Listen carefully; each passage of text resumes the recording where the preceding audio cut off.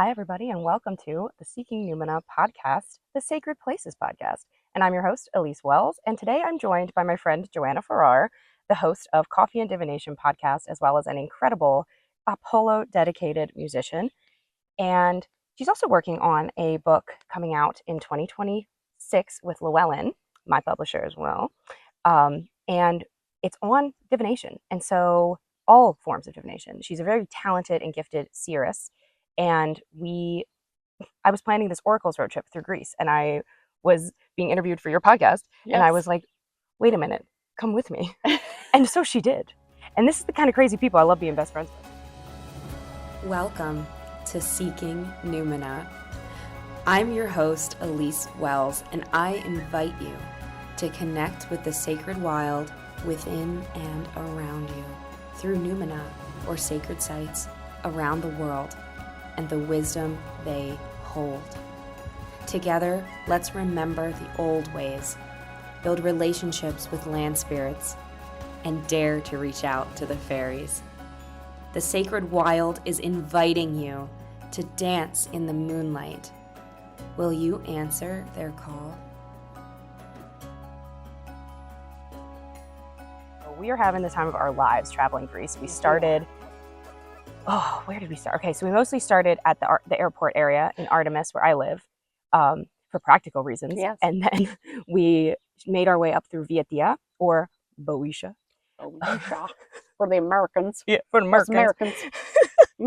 And we saw, 9 oracles there. And now we are in the Epiros region. We drove through Thessaly, we saw the mountains, we saw the unbelievable untamed wilderness, and now we are at the very first oracle site in all Greece, Dodona. This was originally a site for Gaia, and over time, it became a site dedicated to Dione, who is sort of the feminine aspect of Zeus, or Dios, as the god, the one, the only sort of god.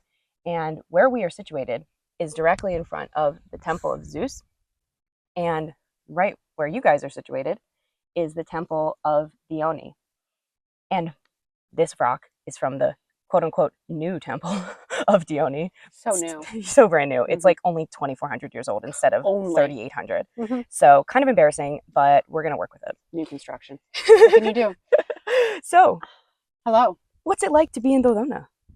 It is a literal dream come true. I've been to Delphi. I've been to a few of the oracle sites before, but Dodona I've never been able to visit before. And it is such a pleasure and an honor to be here, just as a human being. Forget all the other stuff I do, writing, music, whatever.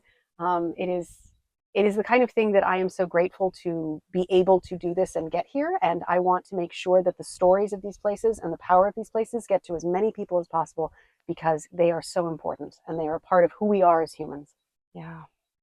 And the arts of divination are a part of what make us human. And that is the other reason why I am so dedicated to talking about these things and bringing them to people, because they are essential to part of our creativity and our lives as humans, in my opinion. Oh, yeah. Tell us more about that. Like, why is divination such an essential part of the human experience? Oof, that is a big question for multiple books and thousands of people, I'm sure. In my opinion, it is because it is the act of doing more than either feeling like you are alone and have to make all decisions within your own head, which I think that our culture has encouraged us, in a sense, to feel very alone. And divination is, at its very root, it is about communication.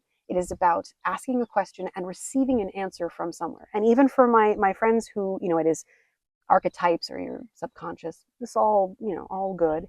But I think that is truly a part of the human experience, to speak to others, like we're talking today about, these things. It's a part of also speaking to the land and, that getting those answers from other places. And that allows us to have a sense of community that is deeper than even just the little bits of human community that we still have left and we still try to hold on to. Yeah. But it's that larger community of divinity and us. Yeah. Yeah. And I feel like what makes Dodona so special is it's one of the oracle sites that doesn't give credence. Well, it does, it's Zeus, but it's also the land itself. Like it sprang up without needing temples. The temples came much, Very much late. later. Very late. And that experience of just sort of interpreting whatever it was they interpreted. Actually, yeah, talk us through some of the theories. I know them, but talk it through for the audience here. Sure, there's so many. And also surprisingly little, I think, written about it in comparison to how important it is. There are theories that originally it could have come from the sacred waters. I mean, so many of these sacred sites, they are from sacred water sources at its root. But then there were the priestesses who, so the oracle site had outside of this tree, which is more modern, there was a sacred oak that there are theories that the priestesses, the doves of Dodona, would have heard the rustling of the leaves and interpreted that. There's also theories that there were certain cauldrons, there was other sounds that they were interpreting, or there's the theory that they were interpreting the sound of birds and other song that was going through the rustling of the leaves. There was also, and this is, we have the historical record very prominently, there's a lot of lot oracles that were practiced here.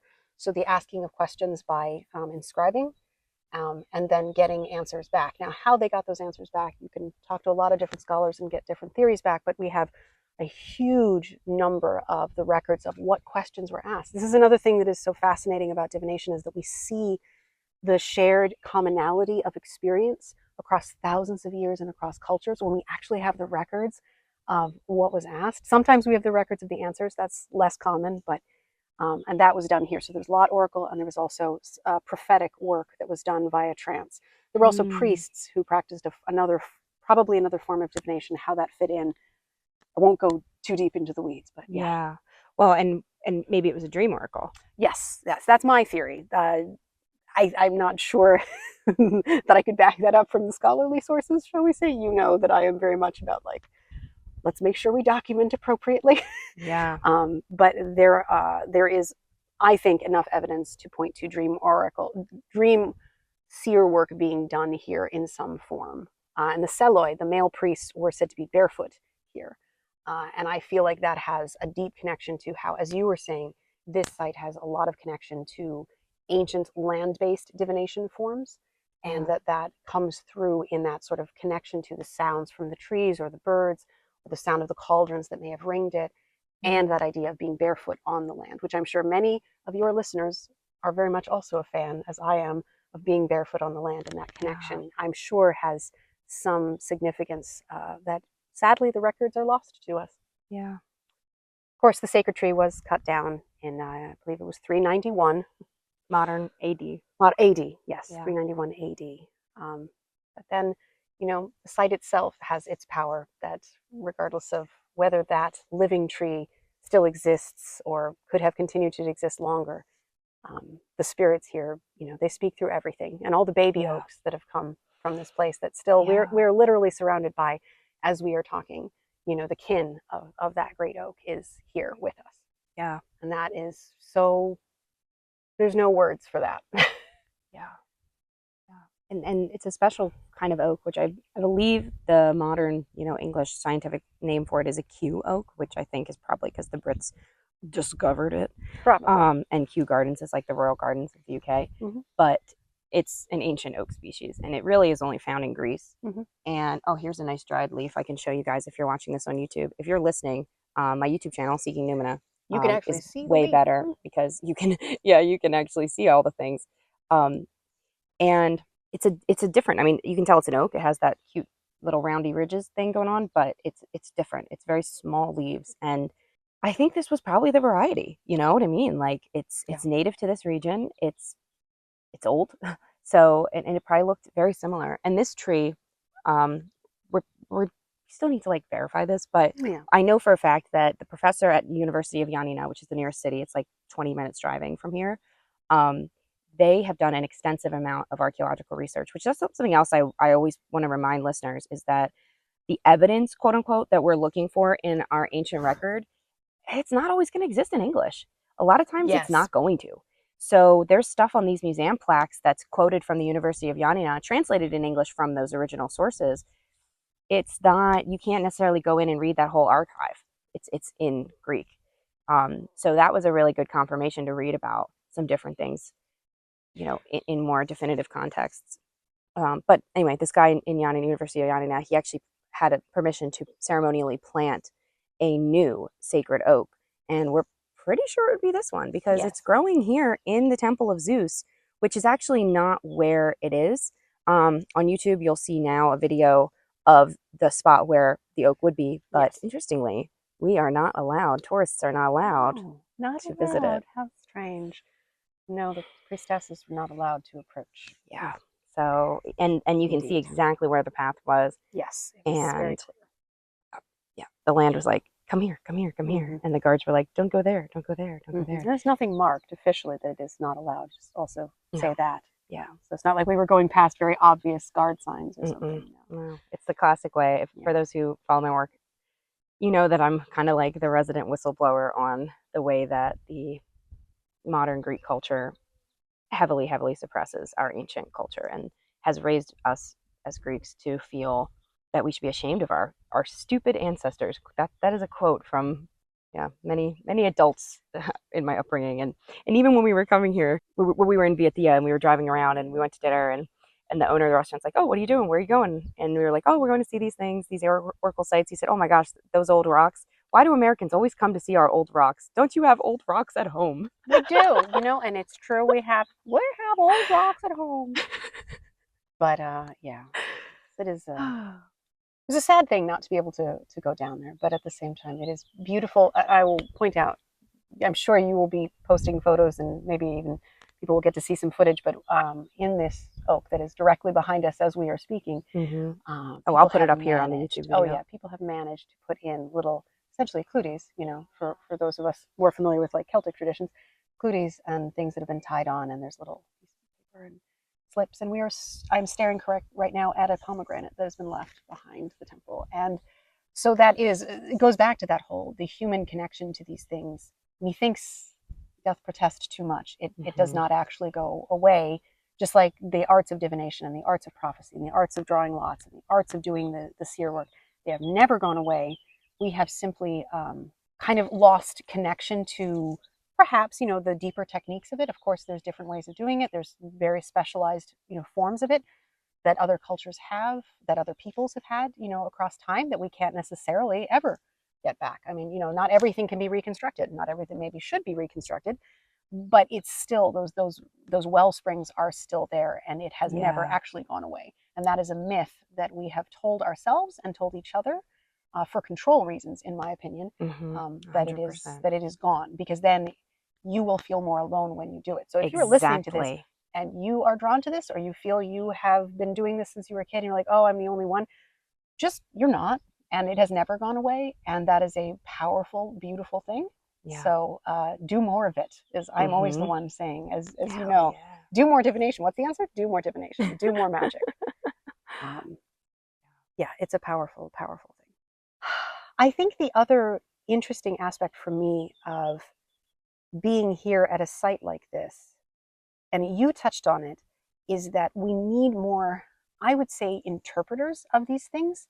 When these topics are not discussed enough, we don't have enough voices of people hearing this information and getting their particular perspective on it.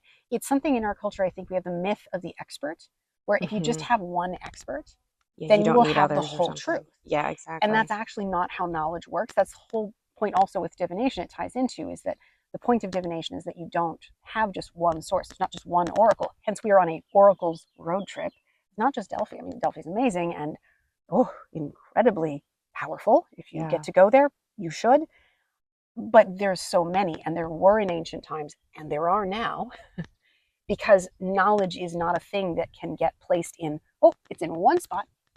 I found the spot, I found the expert, and that's it. It's the idea of a multiplicity of knowledge sources, and even a multiplicity of priestesses doing seer work, priestesses doing lot divination. We need more sources of this information. And that also goes to more people doing translation. You can look at it from a mundane perspective. More people doing translation work. I am sadly not really gifted with other human languages. I do my best. But there are people who could do some of the translation work, from Greek, from German, from French, where we don't have the sources all talking to one another because of that. And that's divination too. Divination is really my definition is, finding information from occulted sources. Well, occulted can also just mean it's a language you don't speak. That's occulted. If you don't know it, it's hidden. Yeah. So we need people to take even the mundane arts seriously as a spiritual calling. And if you have that gift, my goodness, please use it, because people like me who can't speak French or something, we may need that to be translated. And that is occulted knowledge too, that we need to be able to talk to one another. And I am also very passionate about that, getting more people speaking for these things. Mm-hmm. Oh, that's true. That's so true. I mean, just take the Mycenaeans. They reckon that we have over 7,000 tablets in Mycenaean Linear B. Yes. That cannot be translated simply because we just don't have time, resources. Certain hieroglyphics from that Linear B language, I don't know that we definitely know what they are either. And theories.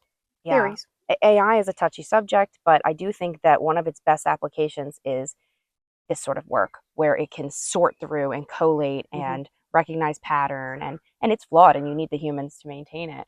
Yeah, the magpies like it. I don't know if you guys could hear them, but they just flew overhead. I guess AI is a very magpie thing, actually. Yeah, it is. It kind of is. Take it from here, put it over there, put it together. Yeah. Yeah. Chaotic. No, that is a organized chaos. There are ways that we can use these tools for good. Yeah. How we do that is, as you said, it's a touchy subject. It's a very difficult thing for us limited humans. But yes, that is another way that we could do some of this really difficult, taxing, time-consuming work. And that's another thing. If there are ideas that you have of helping do that better, then we need that perspective. We need people doing it. Yeah. And do it. Because no one can do it alone, and no one can do all of it any more than, when you're doing seer work. I mean, myself, for the style of seer work I do, which is, I am not Greek. However, that is the calling that I have, and the style of oracular seer work I do is from Apollo and Apollonian sort of well springs, shall we say. And I cannot do that by myself. The style that I do requires other people, and it is that idea of community being a part of all of these arts.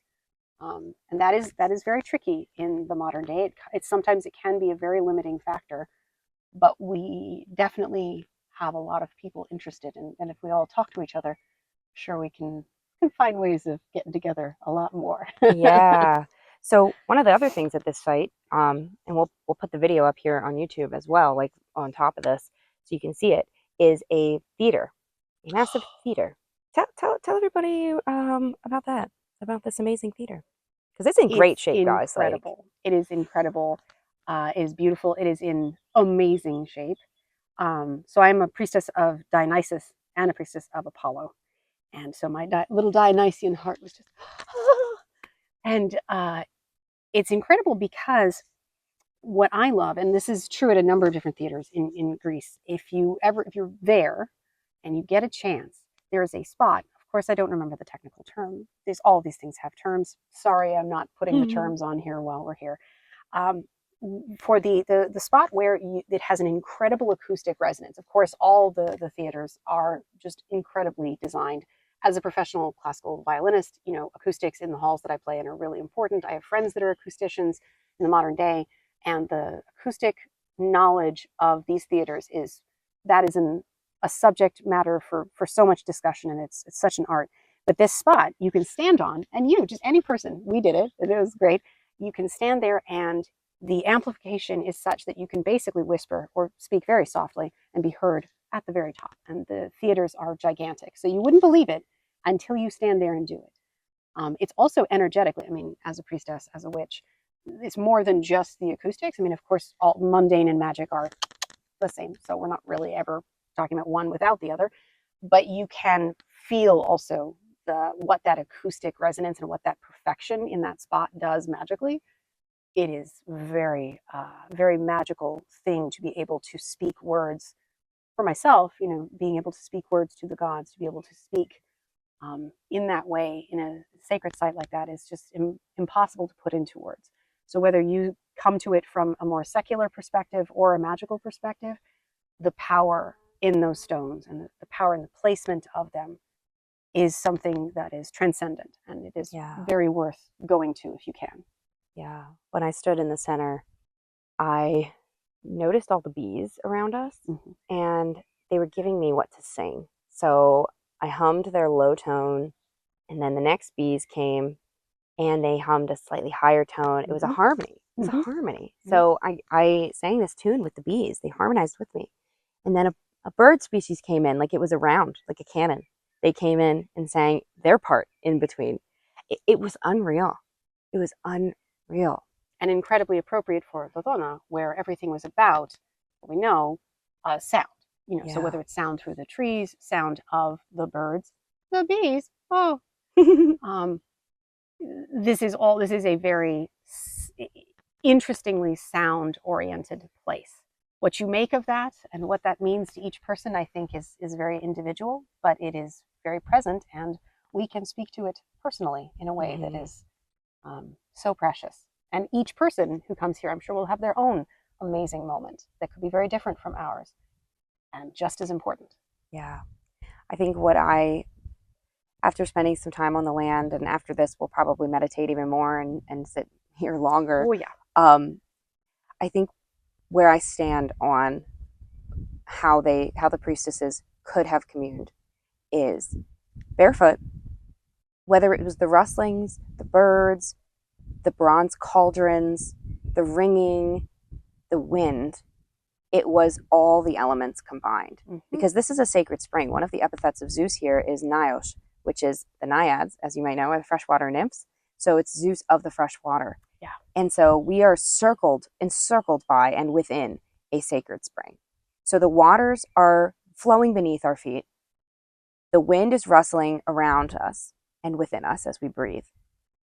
The trees are receiving and giving with us as well as they produce oxygen and feed on what we release, our CO2. So it's a communion, it's a cycle. For those who have taken my courses, I teach the spiral path. I teach the way that energy flows up through the earth, through us. We are carbon, we are the land on legs.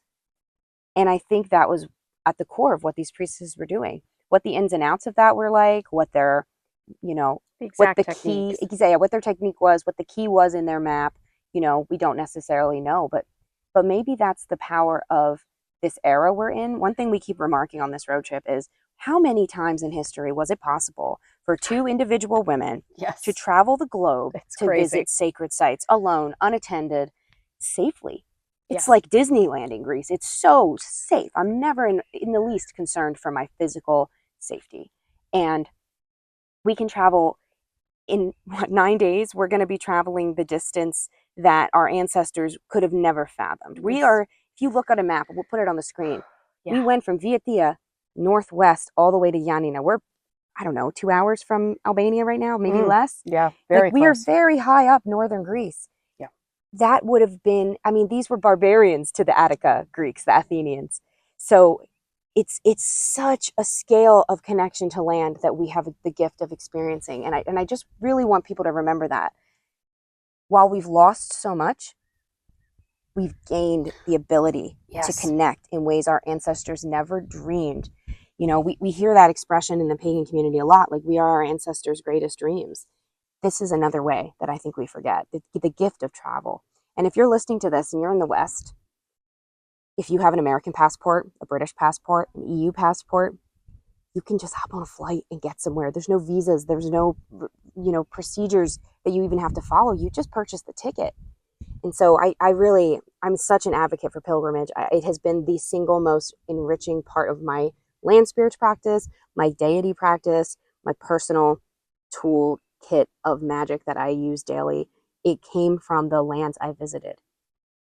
So even 5 days in Greece, even at 3 sacred sites, 1 sacred site, you are going to enrich and expand your understanding of yourself, your practice, your origins, your ancestry, whether you're from Greece or not. That is regardless of what the land shows us about our ancestry as humans.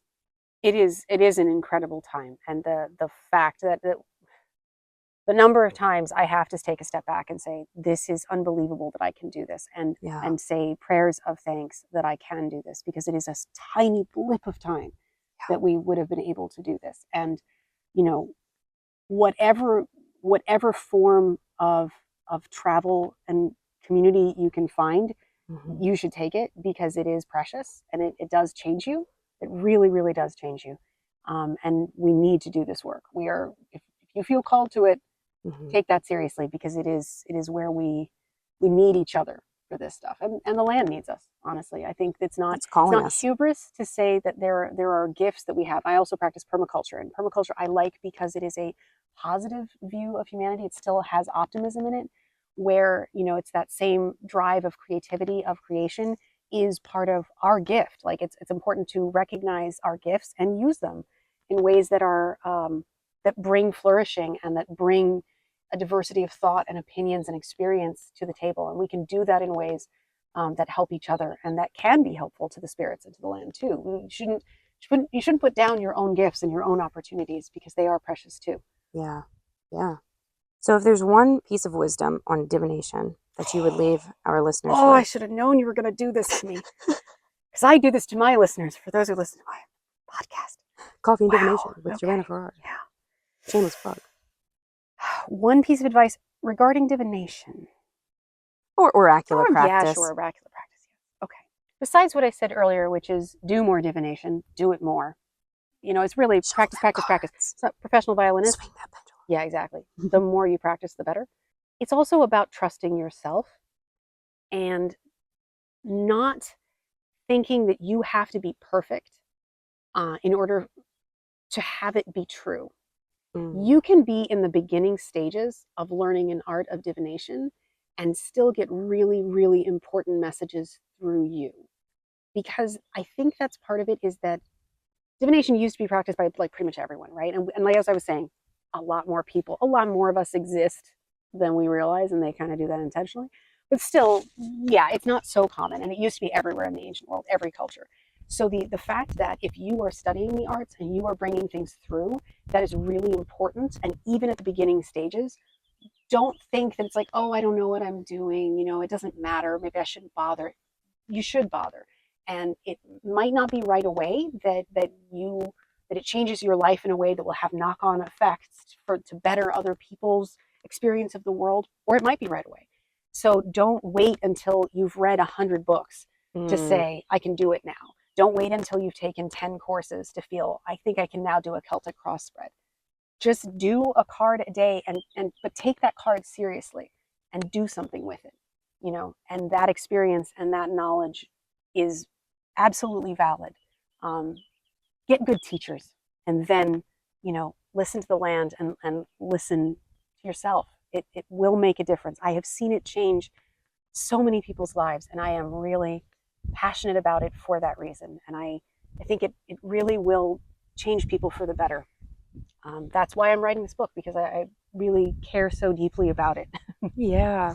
So on that note, where can they find you and all the things that you do and your book, and which was going to come out in 2026? 2026. I just turned in the manuscript before this beautiful trip. So Ooh. how exciting.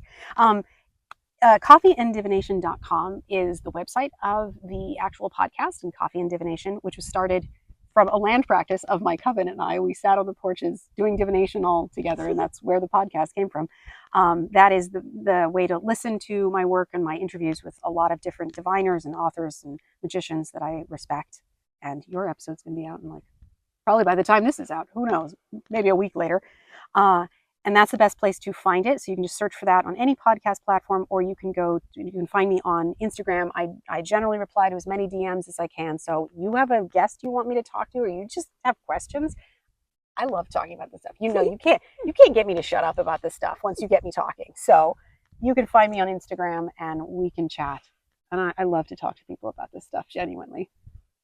Well, thank you so much for being on the show. Thank you for being on this amazing road trip with me. Thank you for having me. Of course. Thank you for having me, beautiful oak. And I'll definitely be having more episodes about this road trip. So you can subscribe on YouTube, Seeking Numina, the Sacred Places podcast, or follow along on Spotify and all the other podcast places. Bright blessings, everybody. Thank you for seeking Numina with me today. Join me at patreon.com/Elise Wells to support this show and get access to a library of rituals, exclusive videos, meditations, and more. To learn more about my upcoming retreats, book a tarot reading, or learn with me in workshops, classes, or mentorship, visit seekingnumina.com.